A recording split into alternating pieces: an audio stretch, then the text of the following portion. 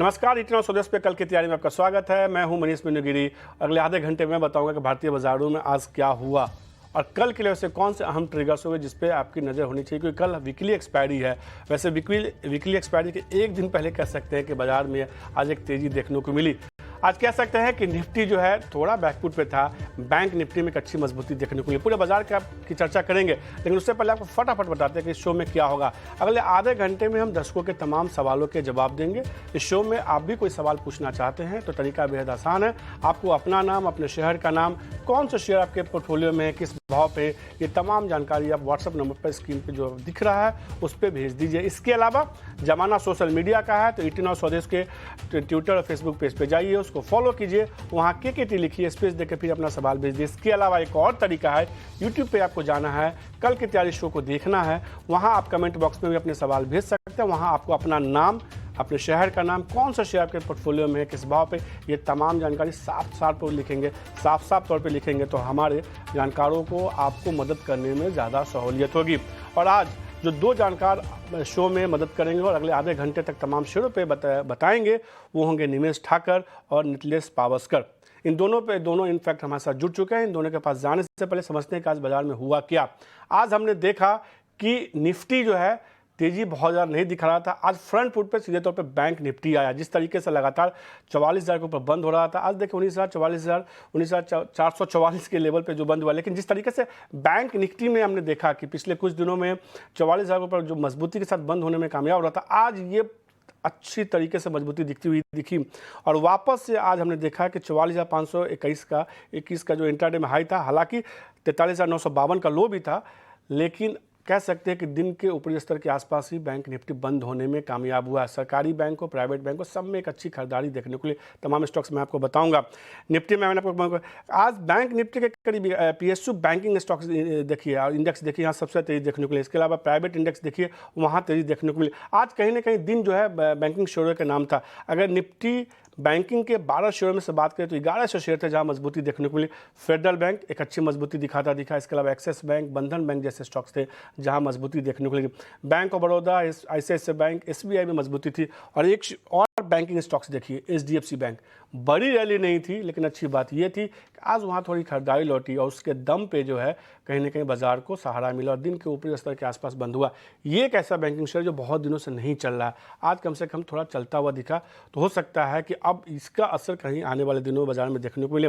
लेकिन mid cap शेयरों में लगातार तेजी का रुझान बना हुआ है। निफ्टी मिड कैप 100 की बात करें तो उसके जो है करीब 54 शेयर ऐसे थे जहाँ तेजी थी, 45 ऐसे शेयर थे जहाँ दबाव देखने को मिला। कुछ स्टॉक्स में अच्छी रैली थी, जैसे पेटीएम देखिए एक अच्छी मजबूती के साथ कारोबार करता हुआ दिखा, वापस से 900 के ऊपर आ गया है। सन टीवी में एक अच्छी मजबूती देखने को मिली। इसके अलावा federal bank, Crompton, Indian hotel में आज के ट्रेड में एक अच्छी मजबूती देखने को मिली, 400 के ऊपर ट्रेड करता हुआ दिखा। इसके अलावा महिंद्रा फाइनेंशियल, पॉलिसी बाजार, फिनटेक स्टॉक का जो है कहीं ना कहीं आज के ट्रेड में मजबूती दिखा रहे थे। तो ये लेखा जोखा ये है कि वीकली एक्सपायरी से पहले बाजार वापस से थोड़ा तेजी के मूड में आता हुआ दिखा। अब ये मूड कल कितना कायम होगा वो देखना बेहद दिलचस्प होगा। दोनों जानकारों से बात करने का समय आ गया है। निवेश और नितलेश, आपका शुक्रिया 18 और स्वदेश को समय देने के लिए। नितलेश, आपके साथ ही शुरुआत करेंगे। क्या माने कि तेजी थोड़ी अब जो है पिछले कुछ दिनों की गिरावट के बाद जो उभरने की कोशिश कर रहा है, बैंक ने भी खासतौर पर जिस तरह से फ्रंट फुट पे आया है, तेजी और बढ़ती हुई दिखेगी या कल वीकली एक्सपायरी के दिन जो भी तेजी है वो सब साफ हो जाएगा?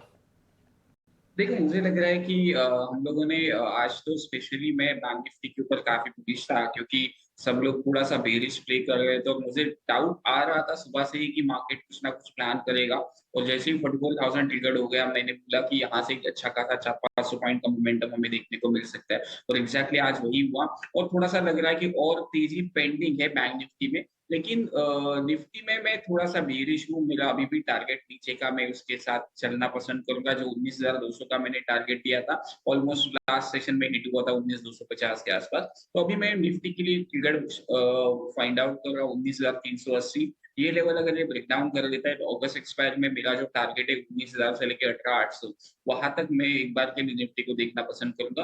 ओवरऑल स्ट्रक्चर अगर हम लोग देखेंगे तो निफ्टी का वीक है कंपैरेटिवली अगर हम लोग बैंक निफ्टी का देखेंगे तो बैंक निफ्टी में मुझे लग रहा है कि कल एक थोड़ा-सा और 150-200 पॉइंट का एक स्विंग अपसाइड का पेंडिंग है। देखते हैं कि कैसे मार्केट रिएक्ट करता है। लेकिन निफ्टी में एक चीज़ का ध्यान रखना पड़ेगा, 19,480 ये लेवल अगर कल निकाल देता है तो कल एक शॉर्ट कवरिंग रैली हमें देखने को मिल सकती है 70 से 100 पॉइंट का। तो दोनों जगह पे आपको ट्रेड करना पड़ेगा। ऐसा नहीं कि शॉर्ट पोजीशन से तो शॉर्ट की ही ट्रेड देखने पड़ेंगे। जैसे कि आज हमने बैंक निफ्टी में ट्रेड इनिशिएट किया था, तो वैसे ही उस हिसाब से आप क्या कर सकते हो, अपनी पोजीशंस को मैनेज कर सकते हो। ओवरऑल स्ट्रक्चर जो है निफ्टी का वीक है। बैंक निफ्टी का जब तक अभी 42,200 ये लेवल को ब्रेक डाउन नहीं करता क्लोजिंग बेसिस के ऊपर, तब कोई भी पोजीशन शॉर्ट की नहीं बनानी चाहिए बैंक। तो बैंक निफ्टी में ज़्यादा भरोसा है अभी निकलेश को, यहाँ से लगता है मजबूती दिखा सकता है। निफ्टी पे उनको लगता है कि अभी फिलहाल के लिए थोड़ा सा तेज़ी उनको लगता है कि वहाँ कम दिखती है। सवाल जवाब के सिलसिले को शुरू करते हैं और जो पहला सवाल है आपको फिर से बता दूं कि YouTube से हमने तमाम सवाल लिए हैं। आप भी अपने सवाल जो है YouTube के कल के तैयारी शो में जाइए, कमेंट बॉक्स में अपने तमाम सवाल भेज सकते हैं। अपन मोहंती का जो सवाल है ओलेक्ट्रा पे उन्होंने सवाल पूछे हैं। 59 शेयर के पोर्टफोलियो में 1300 रुपये के भाव पे वो जानना चाहते हैं कि क्या करें। निवेश क्या रहा होगी, ये एक ऐसा शेयर है जिसने एक अच्छा खासा रिटर्न दिलाया है, हालांकि पिछले दिनों थोड़ा दबाव देखने को मिला कुछ दिनों से। ओलेक्ट्रा पे क्या रहा होगी आपकी? देखिए, एक फ्यूचर ईवी की जब भी बात होती है तब ओलेक्ट्रा ग्रीन जो है वो फ्रंट रनर है। और जिस तरह से कंपनी अपने मैन्युफैक्चरिंग प्लांट और उसके अंदर एक एक्सपेंशन कर रही है, मुझे लग रहा है एक लॉन्ग टर्म के लिए से अगर स्टॉक आप रखना चाहते हो तो डेफिनेटली एक अच्छा स्टॉक है और आपको होल्ड करना चाहिए।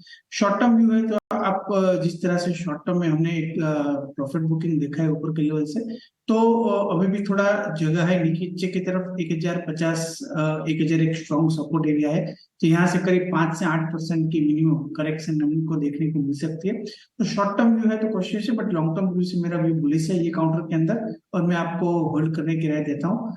फिलहाल अभी जिस तरह से कंपनी परफॉर्म कर रही है और जिस तरह से एक्सपांड कर रही है, आने वाले दिनों में बेहतर कर सकती है। ये रायतों का लंबी अवधि की नज़र के साथ आप शेयर को होल्ड करके चल सकते हैं। जो अगला सवाल है आशीष कुमार जी का उत्तर प्रदेश से है, नायका के बारे में जानना चाहते हैं। 779 शेयर के पोर्टफोलियो में 179 रुपये के भाव पे वो जानना चाहते हैं कि क्या करें। हमने देखा नितलेश ये शेयर जो है लिस्टिंग के बाद से लगातार कमज़ोर हुआ और पिछले कुछ दिनों थोड़ी रिकवरी दिखाने की कोशिश कर रहा था खासतौर पर। आपको लगता है कि यहाँ से और तेज़ी देखने को मिल सकती है? देखिए, थोड़ा-सा स्टॉक में एक लोअर लेवल से एक रिकवरी देखने को मिली थी, लेकिन ये जब तक काउंटर जो कैप एरिया 140, 145 ये लेवल को जब तक क्रॉस नहीं करता है, तब तक पोजीशन जो है मेरे हिसाब से प्रॉफिट में नहीं आएगी। लेकिन एक चीज़ का ध्यान रखें, अगर ये काउंटर 120 के नीचे ट्रेड करना चालू करता है, तो डेफिनिटली पोजीशंस को क्या कर सकते हैं, यहाँ से एग्जिट करते हैं। 145 के ऊपर निकलेगा तो डेफिनिटली आपको, मुझे लग रहा है कि टारगेट देखने को मिल सकता है, तब हम लोग हमारा जो स्टॉप लॉस है वो 135 रुपीज़ के आस-पास ट्रेड करेंगे। तो ये रहा आते हुए नायका पे। जो अगला सवाल है आरबीएनएल पे है, जो इन्होंने सवाल जो पूछा है रवि जी का सवाल है दिल्ली मुखर्जी नगर से। 347 शेयर के पोर्टफोलियो में 135 रुपये 88 पैसे के भाव पे वो जानना चाहते हैं कि क्या करें। ये एक ऐसा शेयर है आरबीएनएल जिसमें हमने देखा निवेश एक अच्छी खासी रैली देखने को मिली थी। तमाम रेलवे स्टॉक्स की तरह इसने भी एक अच्छा परफॉर्म किया। क्या राय होगी किसी के पास अगर ये शेयर है, हालांकि पिछले 1-1.5 महीने से ये रेंज में फंसा हुआ है, आपकी क्या राय होगी इस पर? देखिए, स्टॉक के अंदर जो एंट्री बनती थी वो अराउंड 85 के आसपास एंट्री बनती थी। आपने काफी लेट एंट्री की है, 135 अराउंड आपने एंट्री की है। मुझे लग रहा है कि कंपनी का फंडामेंटल डेफिनेटली स्ट्रांग है, और जिस तरह से रेलवे के अंदर हम लोग इम्प्रूवमेंटेशन देख रहे हैं in terms of track, in terms of other things, आने वाले दिनों में एक बुलिश आउटलुक बनता है। और व्यू मेरा बुलिश है, बट आपने 135 पे एंट्री है तो आपको शायद होल्ड करना पड़े। 6 से 12 महीने का व्यू लेके आप चलते हैं तो मुझे लग रहा है कि कहीं ना कहीं आपको 160 170 का लेवल देखने को मिल सकता है। तो फिलहाल व्यू मेरा बुलिश है, मैं आपको होल्ड करने की राय देता हूँ आरबीएल। तो रवि जी शेयर को होल्ड करके चलिए, नजरिया थोड़ा लंबा रखना होगा तो 160 165 तक का लक्ष्य देखने को मिल सकता है। दीपक शर्मा जी का सवाल है राजस्थान से, अंबुजा सीमेंट के बारे में जानना चाहते हैं। 50 शेयर के पोर्टफोलियो में 463 रुपये के भाव पे अंबुजा सीमेंट पे क्या राय होगी आपकी नितलेश?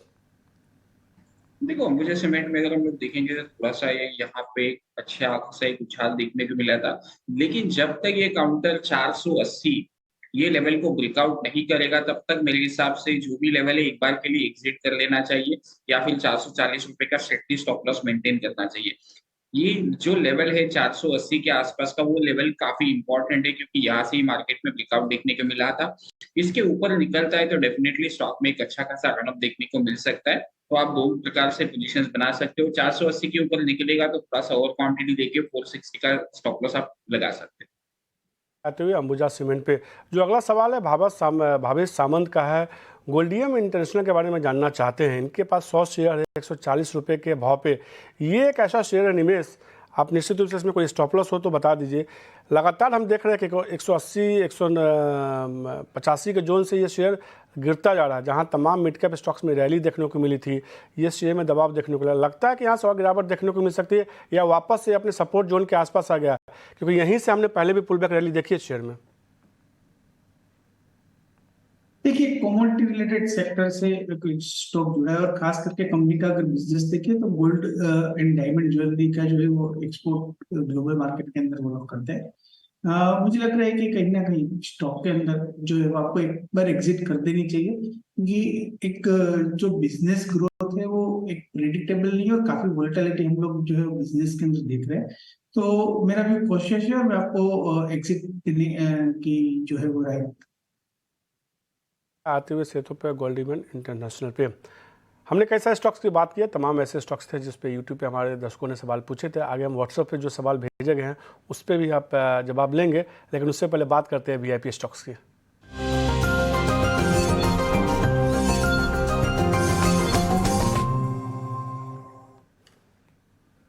निमेश, आपके साथ शुरुआत करेंगे। कौन सा वीआईपी स्टॉक्स आपको लग रहा है यहाँ से ट्रेडिंग के लिहाज से एक हफ्ते डेढ़ हफ्ते के लिए या निवेश के लिहाज से 6 महीने 12 महीने 18 महीने के लिहाज से बेहतर है?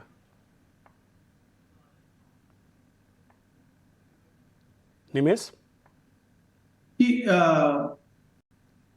मैं कोटक महिंद्रा बैंक की बाय रिकमेंड देता हूँ। देखिए, स्टॉक के अंदर हम लोग ने देखा है कि जब से एक चेंज ऑफ मैनेजमेंट की बात हुई है तब स्टॉक में काफी अच्छा करेक्शन आ गया है। 2000 से लेकर 1750 तक का कल का स्टॉक ने लो बनाया था। आज अगर आप डेली चार्ट पे देखें तो ट्रेंड रिवर्सल का सिग्नल मिलता है और जिस तरह से जो मार्केट में करेक्शन आया है, मुझे लग रहा है कहीं ना कहीं एक ओवर कंसर्न की वजह से आया है। स्टॉक का फंडामेंटल काफी स्ट्रॉन्ग है और जिस तरह से पिछले क्वार्टर में बैंक ने रिजल्ट दिया था, काफी स्ट्रॉन्ग रिजल्ट दिया था, तो मुझे लग रहा है कि कहीं ना कहीं ये जो करेक्शन आया है एक बाइंग अपॉर्चुनिटी कंसिडर करना चाहिए। तो इसीलिए 3 से 6 महीने का व्यू लेके मैं कोटक महिंद्रा बैंक को बाय रिकमेंड देता हूँ। नीचे की तरफ स्टॉप लॉस जो है वो 1690 का जरूर से फॉलो कीजिएगा और ऊपर में मुझे लग रहा है कि फिर से वो 1930 1980 के level short to medium term में कोटक महिंद्रा बैंक के अंदर देख सकते हैं। तो एक इन्वेस्टमेंट के लिहाज से करंट लेवल से बाय ऑन डिप्स की रणनीति से लेकर कोटक महिंद्रा बैंक का बाय रिकमेंडेशन। तो कोटक महिंद्रा बैंक खरीदारी करने की सलाह होगी इसमें, चूँकि ट्रेडिंग के निर्देश से दिया गया है अगले कुछ हफ्ते कह सकते हैं या 1-1.5 महीने के साथ से। तो 1930 रुपये का आपको इसमें टारगेट होगा पहला। दूसरा टारगेट होगा 1980।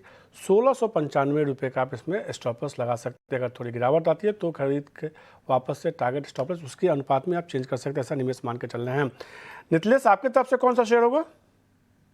देखिए, मैं भी सेम बैंकिंग स्टॉक के साथ जाना चाहूंगा और कोटक बैंक में एक चीज ऐड करना चाहूंगा। लास्ट शो में भी मैंने डिस्कस किया था, जिस भी दिन ये 1765 ये लेवल के ऊपर निकलेगा तो 10-15 रुपए के स्टॉप लॉस के साथ एक मोमेंटम देखने को मिलेगा।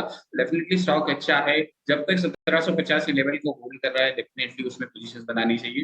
दूसरा जो मेरा बाइंग का काउंटर होगा वो होगा एचडीएफसी बैंक। कंडीशनल ट्रेड होगा। अगर ये काउंटर 1590 या फिर 95 ये लेवल के ऊपर निकलता है तो इसमें बाइंग करके चलना चाहिए। 1580 1585 का एक स्ट्रिक्टली स्टॉप लॉस हमें क्या करना है, मेंटेन करना है। ऊपर में टारगेट हम लोग प्लान करेंगे 1620 रुपए का, मतलब 10 रुपए का स्ट्रिक्टली स्टॉप लॉस मेंटेन करेंगे और ज्यादा रिस्क नहीं लेंगे। इसमें जो ट्रेड करना होगा वो कैश में करेंगे। दूसरा जो काउंटर होगा वो मेरा होगा बिकवाली का काउंटर होगा। एनटीपीसी में आज मुझे थोड़ा सा दबाव देखने को मिल रहा है हायर लेवल से, तो 222 ये लेवल के आसपास फ्यूचर अगर मिलता है, 222 223 ये रेंज के आसपास अगर फ्यूचर मिलता है तो उसमें बिकवाली करना है। 225 रुपए का स्टॉप लॉस मेंटेन करना है। आने वाले वीक में मुझे लग रहा है कि 215 तक की भी लेवल देखने को मिल सकते हैं। तो सीधे तौर पे एनटीपीसी बिकवाली करने की सलाह। बिकवाली के चलिए 215 रुपये का लक्ष्य होगा। 225 रुपये का आपको इसमें स्टॉप लॉस लगाना है। स्टॉप लॉस उन्होंने बहुत टाइट दिया है, ज़्यादा बड़ा स्टॉप लॉस नहीं दिया। स्टॉप लॉस को जरूर फॉलो कीजिएगा। और जो दूसरा शेयर होगा एचडीएफसी बैंक होगा, उसमें खरीदारी करने की सलाह है। इसमें जो है स्टॉप लॉस आपको 1585 का लगाना है। टारगेट 1620 होगा। और कोटक महिंद्रा बैंक पे जहां निवेश ने कहा खरीदारी करने की सलाह है, नितलेश ने मुहर लगाया कि हाँ यहाँ मजबूती और देखने को मिल सकती है। फटाफट 1-2 सवाल और लेते हैं जिसमें कि जो हमारे दर्शकों ने भेजे हैं। जो अगला सवाल है राजीव जी का, लखनऊ से है। ये जानना चाहते हैं कि एससीसी के 1500 शेयर के पोर्टफोलियो में 21 रुपये के भाव पे, और जानना चाहते हैं कि वी गोकानी जी का जामनगर से, क्या रहा होगी एससीसी पे आपकी निवेश? देखिए, मुझे लग रहा है कि नॉर्मली क्वार्टर वन जो रहता है वो क्वार्टर टू जो रहता है वो मानसून की वजह से एक स्लगिश काउंटर जो है वो सीमेंट कंपनियों के लिए रहता है, और जिससे ही मानसून खत्म होता है फिर से डिमांड जो है वो अच्छी मीन्स डिमांड आने की शुरू हो जाती है। जिस तरह से मैनेजमेंट कमेंट्री हम लोग पढ़ रहे हैं वेरियस कंपनी की, उस हिसाब से लग रहा है कि इस साल काफी स्ट्रॉन्ग डिमांड रहने वाली है एसएससी के लिए। और मुझे लग रहा है कि कहीं ना कहीं स्टॉक के अंदर जो एक साइडवे का मूवमेंट था वो खत्म हो गया है, और आप डेफिनेटली अपने लोअर लेवल से लिए तो आप एक साल का व्यू बना के होल्ड कीजिएगा। मुझे लग रहा है कि कहीं ना कहीं 2250 से 2300 के टारगेट प्राइस एक मीडियम टर्म आउटलुक से आपको देखने को मिल सकते हैं। फिर वो लेवल के आसपास जो है अगेन आप अपनी स्ट्रेटेजी को रिव्यू कर लीजिएगा। बट फिलहाल एसएससी के लिए मेरा भी बुलिश है, और मैं 2250 से 2300 के टारगेट प्राइस से आपको होल्ड करने का राय देता हूँ। निवेश में एचसीसी की बात कर रहा हूँ, हिंदुस्तान कंस्ट्रक्शन, एससीसी नहीं। ओके सर, देखिए एससीसी के अंदर मुझे लग रहा है कि कहीं ना कहीं स्टॉक के अंदर जो है वो काफी टाइम से अंडर परफॉर्म किया है। एक ट्रेडिंग स्टॉक जो है वो बोल सकते हैं, ये इन्वेस्टमेंट स्टॉक नहीं है।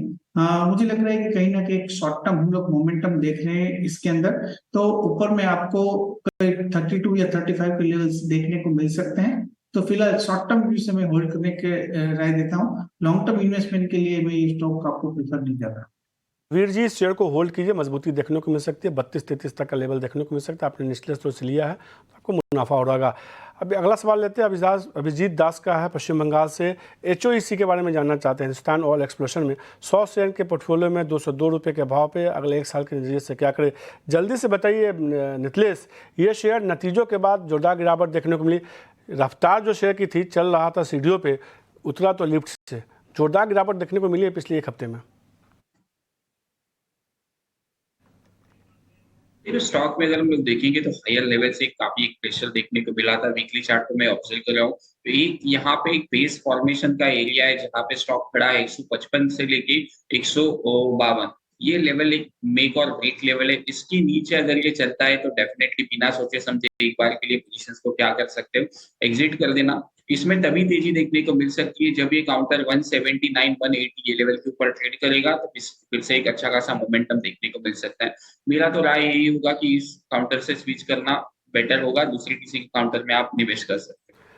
ये रहा आते हुए चाहे तो इस काउंटर से आप निकल सकते हैं, दूसरे काउंटर में स्विच कर सकते हैं। अभी इन्होंने वीआईपी स्टॉक्स कुछ बताए भी हैं, आगे भी बताए जाते हैं बुलेटिन में, तब वहाँ पे स्विच कर सकते हैं। नहीं तो 155 रुपये का इसमें आपको स्टॉपर्स लगाना होगा। हमने कई सारे स्टॉक्स की बात की, वीआईपी शेयर्स की बात की। अब बात करते हैं कल के कुछ अहम ट्रिगर्स की। बामाक्षी हमारे साथ जुड़ चुकी हैं। कल वीकली एक्सपायरी है बामाक्षी, आईपीओ के लिहाज से अहम दिन है, और क्या बड़े ट्रिगर्स हैं कल के लिए?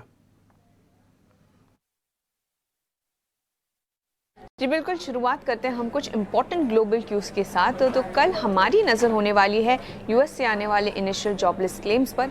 इसके अलावा अगर हम देखें तो कॉर्पोरेट फ्रंट पर भी काफ़ी एक्शन हो रहा है।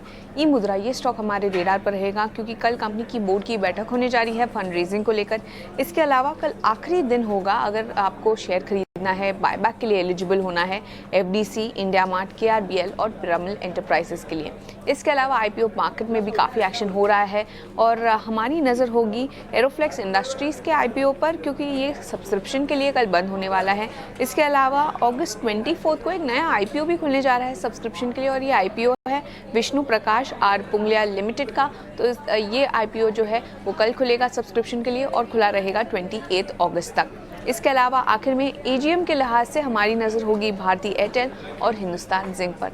तो ऑल इन ऑल ये थे सारे इंपॉर्टेंट इवेंट्स और ट्रिगर्स जो आपके रेडार पर होने चाहिए कल की ट्रेडिंग सेशन के लिए। शुक्रिया बामाक्षी, ये तमाम अहम ट्रिगर्स बताने के लिए जो कल के लिए हम होगा। लेकिन कल वीकली एक्सपायरी है, वो सबसे बड़ा ट्रिगर्स के तौर पे होगा। नितलेश और निमेश, आपका भी शुक्रिया इटना स्वदेश को समय देने के लिए, आधे घंटे में तमाम शेयरों पे चर्चा करने के लिए। कल की तैयारी में आज के लिए इतना ही। मुझे दीजिए इजाज़त, नमस्कार।